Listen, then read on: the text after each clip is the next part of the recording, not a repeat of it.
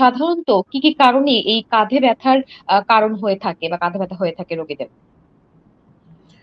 জি, ধন্যবাদ। খুবই গুরুত্বপূর্ণ একটি টপিকস। আসলে কাঁধ ব্যথার অনেকগুলি কারণ। তার মধ্যে আমরা ২ ধরনের কারণ পেয়ে থাকি। একটা হলো কাঁধের ইন্টারনাল কারণ, যেটা লোকাল কারণ বলে থাকি। কিছু আছে রেডিয়েটিং পেইন।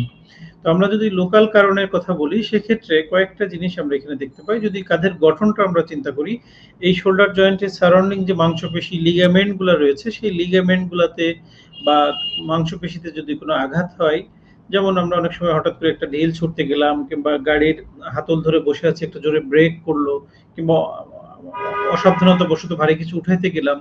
এই যে কাজগুলাতে অনেক সময় আমাদের এই মাংসপেশি লিগামেন্ট গুলাতে আঘাত হয়, তখন এক ধরনের ব্যথা হয়। সেটা আমরা অ্যাডহেসিভ ক্যাপসুলাইটিস বলি। এই সারাউন্ডিং মাংসপেশি লিগামেন্ট গুলা ব্যথা হয়ে এই মাংসপেশির এবং সারাউন্ডিং লিগামেন্ট গুলাতে এক ধরনের ইনফ্লামেশন তৈরি হয়। সেটা এক ধরনের কারণ।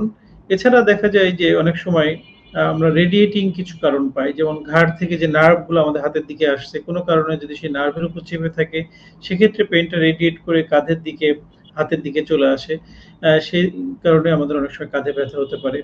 অথবা কাঁধের সারাউন্ডিং যে মাংসপেশিগুলো রয়েছে, এটাকে আমরা রোটেটর কাফ বলি। সেই রোটেটর কাফ মাসেলে যদি কোনো ইনজুরি হয়, সেক্ষেত্রে রোটেটর কাফ মাসেলের ইনজুরির কারণে অনেক সময় আমরা কাঁধে ব্যথা হয়। আবার কিছু মাংসপেশির এন্ডিং আছে আমাদের এই কাঁধের এখানে শেষ হয়, যেমন সুপ্রাস্পাইনাটাস নামে একটা মাসল, যেটার মাধ্যমে আমরা শোল্ডার জয়েন্টটাকে হাতটাকে উপরের দিকে উঠাই।